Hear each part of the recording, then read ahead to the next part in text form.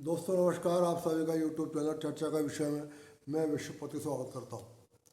आज बात करूँगा, चर्चा करूँगा बहुजन समाज पार्टी के आंतरिक कलह पर कि क्या बसपा सुप्रीमो मायावती उनके परिवार में जो कलह हो रही है उससे वो उबर पाएंगी और क्या बहुजन समाज पार्टी उस चुनौती से उबर पाएगी या नहीं उबर पाएगी। दोस्तों को चाहे कोई ही राजनीतिक दल ऐसा हो, चाहे वो कैडर बेस्ड हो, चाहे वो पारिवारिक संपत्ति पारिवारिक कंपनियों जैसा राजनीतिक दल हो, एक दौर ऐसा आता है जब नेतृत्व को लेकर संघर्ष खड़ा हो जाता है। हालांकि कैडर बेस्ड पार्टियां भारत में दो ही हैं, भारतीय जनता पार्टी और भारत की कम्युनिस्ट पार्टियां। भारत की कम्युनिस्ट पार्टियों का कोई अस्तित्व नहीं बचा हुआ है। और भारतीय जनता पार्टी में भी हमने देखा है कि जब अटल जी वृद्धावस्था को जा रहे थे तो उस समय नेतृत्व को लेकर एक संघर्ष चल रहा था। प्रमोद महाजन, अरुण जेटली, कल्याण सिंह और आपके लाल कृष्ण आडवाणी और एक तो उमा भारती, इन तमाम लोगों के बीच में संघर्ष था। और उसी संघर्ष का परिणाम ये था कि कल्याण सिंह के ऊपर तमाम तरह के आरोप लगे और उन्हें पार्टी को छोड़ना पड़ा। उमा भारती नेपथ्य में चली गई और अंततः, लेकिन चूंकि वो कैडर बेस्ड पार्टी थी तो उन्होंने बहुत जल्दी वो इस संकट से उबर गए। कांग्रेस हमेशा से एक गांधी परिवार की पार्टी रही है। इंदिरा जी के समय भी कांग्रेस पार्टी का विभाजन हुआ था। उसके बाद जब सोनिया गांधी ने संभाला तब भी पार्टी के अंदर एक विभाजन हुआ। और आपको याद होगा कि सोनिया जी ने कांग्रेस का विभाजन करके नारायण दत्त तिवारी और अर्जुन सिंह के नेतृत्व में एक अलग पार्टी बनवा दी थी, ताकि यदि मुझे मूल पार्टी में कब्जा ना मिले तब मैं एक समानांतर पार्टी खड़ी हो जाए। लेकिन फिलहाल उनको उसी मूल पार्टी पर कब्जा मिल गया। फिलहाल झगड़ा लालू यादव का भी है। उनकी दो बेटी और दोनों बेटों के बीच में आंतरिक मतभेद हैं संघर्ष को नेतृत्व को लेकर। लेकिन वो अभी कलह इतनी नहीं हुई है कि सड़क पर आ जाए। और समाजवादी पार्टी की कलह तो आपने समय देखी होगी। समाजवादी पार्टी में 3 गुट स्पष्ट रूप से बने हुए थे। एक गुट मुलायम सिंह यादव के बेटे अखिलेश यादव उसका नेतृत्व कर रहे थे, दूसरा गुट शिवपाल सिंह यादव का था और तीसरा गुट जो पर्दे के पीछे था वो रामगोपाल यादव का था। रामगोपाल यादव सामने आकर नहीं लड़ाई कर रहे थे, बल्कि वो पर्दे के पीछे थे और वो कोशिश ये कर रहे थे कि अखिलेश यादव और शिवपाल सिंह यादव सार्वजनिक रूप से आपस में खूब लड़ें। और जितना ये लड़ेंगे उन्हें लगता था मेरा और मेरे बेटे का रास्ता प्रशस्त होगा। लेकिन फिलहाल आज बात करूंगा बहुजन समाज पार्टी पर। जब बहुजन समाज पार्टी की स्थापना करी थी बसपा के तत्कालीन सुप्रीमो काशीराम जी ने, तो उन्होंने कैडर बेस्ड पार्टी की कल्पना करी थी और पार्टी को कैडर बेस्ड आधार पर ही खड़ा करा था। और पार्टी उत्तर प्रदेश, पंजाब और कई राज्यों में अच्छी प्रगति कर रही थी। लेकिन जब काशीराम जी भी अपने वृद्धावस्था को प्राप्त हुए तो उस समय मायावती जी ने पूरी कोशिश करी कि मैं पार्टी के ऊपर अपना और अपने परिवार का कब्जा जमा लूँ, और इसमें वो सफल रही। और स्थिति ये हो गई कि जब काशीराम जी बिल्कुल बीमार थे तो उनके परिजनों को काशीराम जी से मिलने की भी छूट नहीं दी गई, उनको देखने की भी छूट नहीं दी गई, क्योंकि पूरी तरीके से उस समय ये द्वंद्व था कि कहीं काशीराम जी का परिवार सामने ना आ जाए और कहीं बसपा के किसी कैडर में काशीराम जी के परिवार के प्रति कोई सहानुभूति खड़ा हो जाए। तो उस समय मायावती जी ने बहुत सफलतापूर्वक कब्जा कर लिया था बहुजन समाज पार्टी के ऊपर। लेकिन अब मायावती खुद 70 साल की हो चुकी है। वो खुद बताया जाता है काफ़ी अस्वस्थ रहती हैं और अब सार्वजनिक गतिविधियों के लिए बहुत ज़्यादा सक्षम नहीं है। ऐसे में मायावती का प्रयास था कि मैं अपने परिवार से किसी को अपना उत्तराधिकार डिक्लेयर कर दूं और अपने जीते जी अपने उत्तराधिकारी को इतना सक्षम बना दूं कि वो बहुजन समाज पार्टी को आगे लेकर जा सके। जब मायावती खुद सक्रिय थी तब भी बहुजन समाज पार्टी को कई बार चुनौती आई, लेकिन तब वो बसपा के कुछ कैडर ने दिया और उस चुनौतियों को मायावती जी ने बहुत आसानी से झेल लिया और उन लोगों को पार्टी से निष्कासित कर दिया। वो बहुजन समाज पार्टी का बाल बांका नहीं कर पाए। 2019 के लोकसभा चुनाव से पहले मायावती ने अपने भतीजे, अपने सबसे छोटे भाई आनंद के बेटे आकाश आनंद को अपना उत्तराधिकारी घोषित किया। और आप सबने देखा होगा 2019 के चुनाव में जब समाजवादी पार्टी और बहुजन समाज पार्टी का गठबंधन था, तब हर मंच पर अखिलेश यादव के साथ मायावती और आकाश आनंद हुआ करते थे। लेकिन इस समीकरण में एक अचानक फेर है। हुआ यह कि आकाश आनंद, जो मायावती के छोटे भाई आनंद कुमार के बेटे हैं, उनकी शादी बहुजन समाज पार्टी के पूर्व राज्यसभा सदस्य डॉक्टर अशोक सिद्धार्थ की बेटी डॉक्टर प्रज्ञा से हुई है। अभी 10 फरवरी को डॉक्टर अशोक सिद्धार्थ के बेटे की दिल्ली में शादी हुई। वो शादी बहुत धूमधाम से हुई और उसमें बहुजन समाज पार्टी के लगभग सभी बड़े नेता पूरे देश भर के वहाँ पहुँचे। इसके अलावा उन्होंने अपने व्यक्तिगत संबंधों के आधार पर दूसरी पार्टियों के भी बहुत सारे लोगों को शादी में इनवाइट किया और शादी बहुत शान और शौकत के साथ संपन्न हुई। लेकिन इस शादी में आकाश आनंद की बुआ मायावती और आकाश आनंद का छोटा भाई ईशान आनंद शामिल नहीं हुए। जिस शान और शौकत से ये शादी हुई और जिस तरीके से बहुजन समाज पार्टी के पूरे हिंदुस्तान के कैडर ने ऐसा लगा कि अशोक सिद्धार्थ को अपना अब नेता मान लिया है, इससे मायावती के समर्थकों के और मायावती के कान खड़े हो गए। और मायावती के समर्थकों ने मायावती को इस बात के प्रति सूचित किया कि आपके जीते जी पार्टी का अपहरण करने का प्रयास किया जा रहा है। और ये अपहरण करने का प्रयास कौन कर रहा है? आपके भतीजे आकाश आनंद के ससुर डॉक्टर अशोक सिद्धार्थ कर रहा है। आकाश आनंद अपनी पत्नी डॉक्टर प्रज्ञा के कहने पर सारे फैसले ले रहा है और उनकी पत्नी डॉक्टर प्रज्ञा सारे फैसले अपने पिता डॉक्टर अशोक सिद्धार्थ की मर्जी से ले रहे। उन्होंने मायावती को बताया कि अब कैडर को और तमाम बसपा के बड़े नेताओं को मायावती की जरूरत नहीं है। वो आपसे मिलने नहीं आ रहे, वो आपसे कोई राय लेने नहीं आ रहे, और जो कुछ राय लेनी है, जो कुछ उन्हें रिपोर्टिंग करनी है, वो डॉक्टर अशोक सिद्धार्थ को रिपोर्टिंग कर रहा है। डॉक्टर अशोक सिद्धार्थ से राय लेने जा रहे हैं और डॉक्टर अशोक सिद्धार्थ ने एक अपना समानांतर गुट बना लिया है। साथ ही मायावती ने अचानक कुछ दिनों से देखा कि आकाश आनंद राजनीतिक फैसले जो ले रहे थे वो ना तो अपने पिता आनंद कुमार से उसकी सलाह कर रहे थे और ना उसकी सलाह मायावती से कर रहे थे। वो उसकी सलाह या तो अपनी पत्नी डॉक्टर प्रज्ञा से कर रहे थे या उसकी सलाह अपने ससुर डॉक्टर अशोक सिद्धार्थ से कर रहे थे। और बहुत सारे फैसले मायावती को ऐसे बताए गए कि डॉक्टर अशोक सिद्धार्थ ने फैसला करके बस आकाश आनंद को बता दिया कि आप इसकी घोषणा कर दो, और उस फैसले के बारे में ना तो मायावती को सूचित किया गया और ना मायावती की राय ली गई। ये बात मायावती को बहुत बुरी लगी और मायावती को लगा कि बिल्कुल यह पुख्ता सूचना है, मेरा भी शक पुख्ता है और जिन लोगों ने मुझे सूचना दी है वो अपने आप में पुख्ता है कि शायद आकाश आनंद के ससुर डॉक्टर अशोक सिद्धार्थ मेरे जीते जी बहुजन समाज पार्टी का अपहरण करने वाले हैं।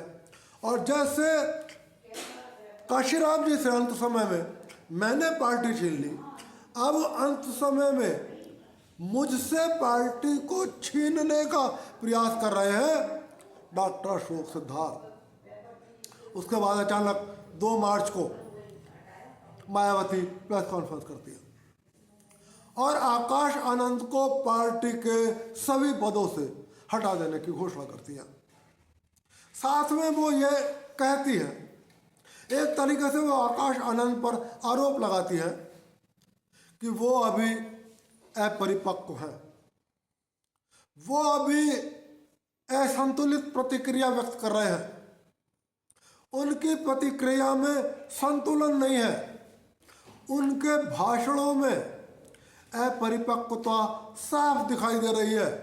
इसलिए उनको अभी और कुशल निर्देशन की जरूरत है, और इसलिए उन्होंने कहा कि अब आकाश आनंद बहुजन समाज पार्टी के किसी भी पद पर नहीं रहेंगे। और साथ में उन्होंने अपने भाई आनंद कुमार को, जो आकाश आनंद के पिता हैं, उनको पार्टी का नेशनल कोऑर्डिनेटर घोषित कर दिया। सब लोग बहुत चक्कर रह गए कि अचानक क्या हुआ। जब जिस आकाश आनंद को 2019 से पहले मायावती ने अपना उत्तराधिकारी घोषित कर दिया था, अचानक मायावती ने उनको कैसे हटा दिया। उसके बाद खबर आती है कि मायावती आकाश आनंद के ससुर अशोक सिद्धार्थ को पार्टी से निष्कासित कर देती है और आरोप लगाती है कि डॉक्टर अशोक सिद्धार्थ ने पार्टी के अंदर एक समानांतर गुट, एक समानांतर नेतृत्व स्थापित करने का प्रयास किया और वो बहुजन समाज पार्टी को कैप्चर करने का या बहुजन समाज पार्टी का अपहरण करने का प्रयास कर रहे हैं और वो पार्टी विरोधी गतिविधियों में शामिल है। साथ ही आरोप लगाया उन्होंने, वो अपनी बेटी डॉक्टर प्रज्ञा के माध्यम से अपने दामाद आकाश आनंद को भ्रमित कर रहे हैं, आकाश आनंद को बहका रहे हैं, फुसला रहे हैं और आकाश आनंद से मायावती की मर्जी के बिना फैसले करवा रहे हैं। उन फैसलों के बारे में ना मायावती को सूचित किया जा रहा है और ना मायावती की राय ली जा रही है। बात यहीं तक नहीं रुकी, उसके 1-2 दिन बाद मायावती आकाश आनंद अपने भतीजे को भी बहुजन समाज पार्टी से निष्कासित कर देती है और वो कहती है कि अब आकाश आनंद का बहुजन समाज पार्टी से कोई मतलब नहीं है और कहती है मेरा कोई उत्तराधिकारी नहीं है और जीते जी जब तक मेरे शरीर में अंतिम सांस रहेगी तब तक बहुजन समाज पार्टी में मेरा कोई उत्तराधिकारी नहीं होगा, मैं बहुजन समाज पार्टी की नेता बनी रहूंगी। इस बात ने सबको चौंका दिया। अब उन्होंने सीधे सीधे आरोप लगा दिया कि आकाश आनंद अपने ससुर के और अपनी पत्नी के कहने में परिवार के विरोध में फैसले ले रहे हैं, बसपा के विरोध में फैसले ले रहे हैं, मायावती के विरोध में फैसले ले रहे हैं और खुद आकाश आनंद अपनी पत्नी और अपने ससुर के सहयोग से मायावती को, जिन्होंने अपने मेहनत से, अपने कठोर श्रम से बहुजन समाज पार्टी को इतनी ऊंचाइयों तक पहुंचाया है, उन्हें बहुजन समाज पार्टी में एक किनारे लगाने का प्रयास कर रहे हैं। इसलिए मायावती ने कहा कि आकाश आनंद को पार्टी विरोधी, परिवार विरोधी गतिविधियों के आरोप में समाजवादी बहुजन समाज पार्टी से निष्कासित किया जाता है। उन्होंने यह भी कहा कि मेरे परिवार ने फैसला किया आगे से और किसी भी बच्चे की शादी किसी राजनीतिक परिवार में नहीं होगी। हमने एक राजनीतिक परिवार में शादी करके एक बहुत बड़ी गलती कर ली क्योंकि उस परिवार ने हमारी पार्टी को विघटन करने का, हमारी पार्टी को कैप्चर करने का, हमारी पार्टी के अपहरण करने का प्रयास किया। अभी आकाश आनंद ने, अच्छी बात यह है, मायावती के ऊपर कोई आरोप नहीं लगाया और उन्होंने कहा है कि बुआ जी के सारे फैसले मुझे स्वीकार है। लेकिन ऐसा लगता है कि आकाश आनंद और उनके पिता और उनके पत्नी के बीच में कहीं कुछ मायावती के फैसलों को नाराजगी है।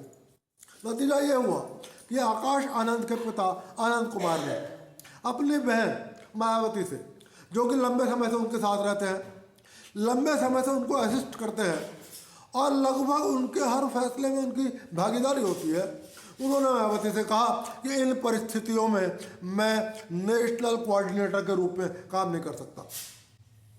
शायद उन पर अपने समधी अशोक सिद्धार्थ का दबाव पड़ा, शायद उन पर अपने पुत्र बहू डॉक्टर प्रज्ञा का दबाव पड़ा और हो सकता है उन पर अपने पुत्र आकाश आनंद का दबाव पड़ा कि हमारे खिलाफ कार्रवाई की जा रही है, हमारे ऊपर आरोप लगाए जा रहे हैं, हमें बहुजन समाज पार्टी से निष्कासित किया जा रहा है, तो आप नेशनल कोऑर्डिनेटर के पद पर क्यों काम कर रहे हैं, आप बुआ जी के खिलाफ फैसला लीजिए।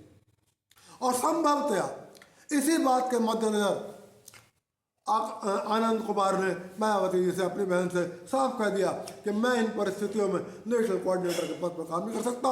मायावती जी ने उनके इस्तीफे को स्वीकार कर लिया और उनसे कहा कि सही है, आप जिस पद पर भी काम कर रहे हो, जिस समझो उस पद पर काम करो, आपको नेशनल कोऑर्डिनेटर के पद से मुक्त किया जाता। आकाश आनंद को कांग्रेस पार्टी के दलित नेता उदित राज एक ऑफर देते हैं कि अब आप कांग्रेस पार्टी में आ जाइए और यहाँ पर आकर राजनीति करिए। ये ऑफर, ये प्रस्ताव निश्चित रूप से बिल्कुल एक बेकार का प्रस्ताव है। वो इसलिए कि खुद उदित राज की कांग्रेस पार्टी में कोई हैसियत नहीं है। कांग्रेस के अंदर उदित राज को नेतृत्व के बाद छोड़ दो, छोटे से छोटा कार्यकर्ता भी नहीं पूछता। और जहाँ तक दलित नेतृत्व का सवाल है तो मल्लिकार्जुन खड़गे, जो भले ही रबर स्टैंप हो लेकिन फिलहाल कांग्रेस पार्टी के अध्यक्ष हैं, वो खुद दलित है, तो वहाँ उदित राज को पूछ कौन रहा है। इसलिए उदित राज के फैसले का कोई महत्व नहीं है। और मुझे नहीं लगता कि आकाश आनंद उदित राज के फैसले पर किसी तरीके की सकारात्मक प्रतिक्रिया देंगे, और यदि वो सकारात्मक प्रतिक्रिया देंगे तो वो राजनीतिक रूप से आत्महत्या करेंगे। लेकिन दोस्तों, मैं दूसरा एक प्रश्न है, जैसे समाजवादी पार्टी में जब तकरार हुई नेतृत्व को लेकर, तो समाजवादी पार्टी के पास अपना वोट बैंक खोने की चुनौती नहीं थी उत्तर प्रदेश में, क्योंकि उत्तर प्रदेश में कोई दूसरा ऐसा राजनीतिक दल नहीं था कि वो मुलायम सिंह यादव, शिवपाल सिंह यादव, अखिलेश यादव और रामगोपाल यादव के मध्य हो रहे झगड़े के बाद यादव वोटों को कैप्चर कर ले। मतलब कोई और यादवों की ऐसी पार्टी नहीं थी या कोई और ऐसा राजनीतिक दल नहीं था जिसका यादव समाज में बहुत प्रभुत्व हो।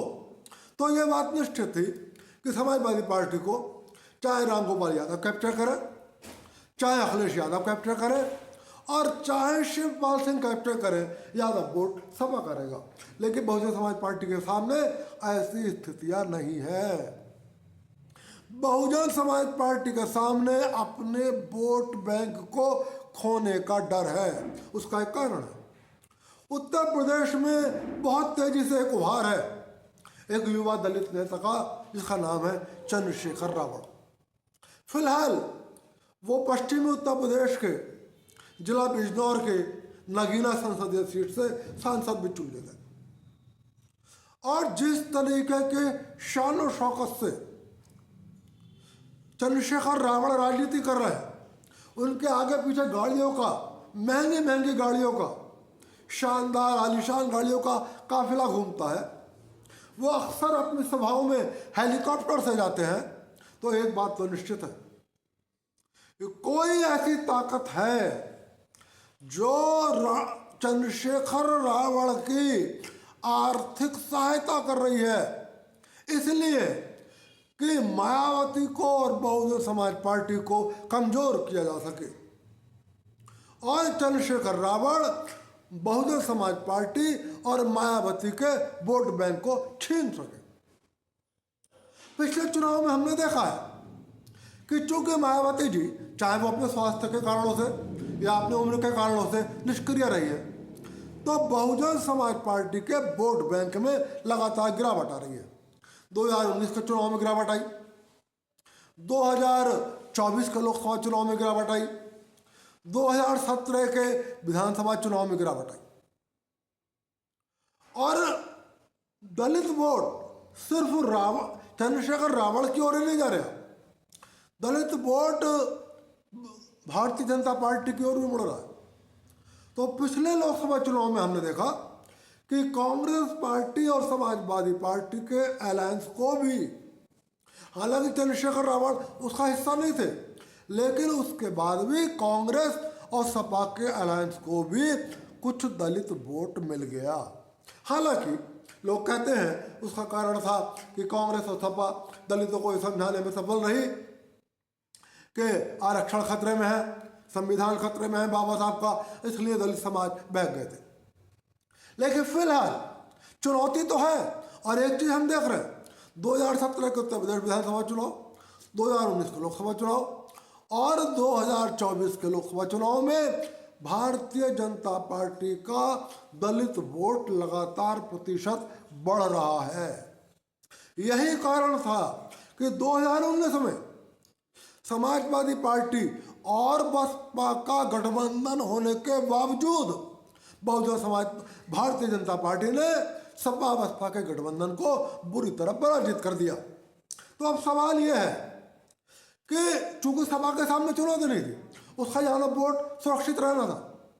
मायावती के सामने चुनौती है कि यदि उनके परिवार में इसी तरह कला चलती रही और अब मायावती किसी को उत्तराधिकारी घोषित नहीं करती हैं और मायावती अपने ज़्यादा उम्र के कारण और अपनी अस्वस्थता के कारण सार्वजनिक गतिविधियों में बहुत भाग नहीं ले पाती हैं, तो कहीं ऐसा ना हो बसपा का कैडर और बसपा का वोट बैंक चंद्रशेखर रावण की ओर झुक जाए या वो भाजपा की ओर झुकाव रख ले या कांग्रेस की ओर झुकाव कर ले, क्योंकि कांग्रेस भी दलित वोट को अपनी ओर लाने का भरपूर प्रयास कर रही है। और इसी कड़ी के अंतर्गत कांग्रेस पार्टी ने मल्लिकार्जुन खड़गे, जो मात्र रबर स्टंप हैं और जिनके हैसियत कांग्रेस पार्टी में इतनी भी नहीं है कि वो कांग्रेस कार्यालय में एक दरवाजे पे खड़े चपरासी से ये कह सके कि जाओ तुम्हारी ड्यूटी दूसरे दरवाजे पे है और दूसरे दरवाजे वाले को दरवाजे भेज दो, लेकिन उनको रबर स्टैंप की सही अध्यक्ष बनाया गया है और सिर्फ इसलिए बनाया गया है ताकि उनके नाम पर दलित वोट कांग्रेस पार्टी की ओर आ जाए। तो सवाल है कि क्या मायावती बिना उत्तराधिकार को घोषित किए हुए, बिना सार्वजनिक गतिविधियों के, बिना बाहर घूमे बहुजन समाज पार्टी के वोट बैंक को बरकरार रखने में सफल हो पाएंगी? निश्चित रूप से यह सोचने का विषय है। मुझे लगता है चुनौती आसान नहीं है और मायावती को और बसपा के कैडर को चिंतन करना चाहिए। उन्हें यह समझ लेना चाहिए कि आज तक जो और पार्टियों में विघटन हुआ है, जो और पार्टियों में नेतृत्व को लेकर लड़ाई हुई है, उनका वोट बैंक होने का डर नहीं था। समाजवादी पार्टी को यही फायदा था। अखिलेश रामगोपाल यादव को, शिवपाल सिंह यादव को पता था कि यादव वोट कहीं नहीं जाएगा, हमारे साथ रहेगा, जो भी नेता बन जाएगा उसको वोट देगा।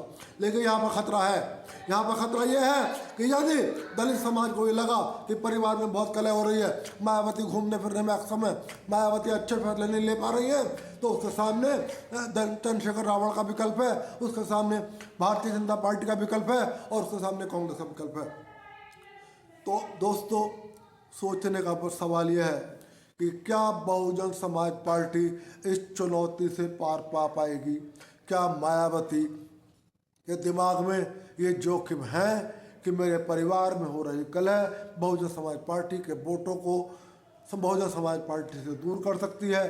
क्या मायावती के दिमाग में चिंताएं हैं कि बहुजन समाज पार्टी का कैडर यह देखकर कि मेरे परिवार में कलह हो रही है और मैं अब सार्वजनिक गतिविधियों को करने में सक्षम नहीं हूँ, कहीं वो चंद्रशेखर रावण की ओर तो नहीं झुक जाएगा?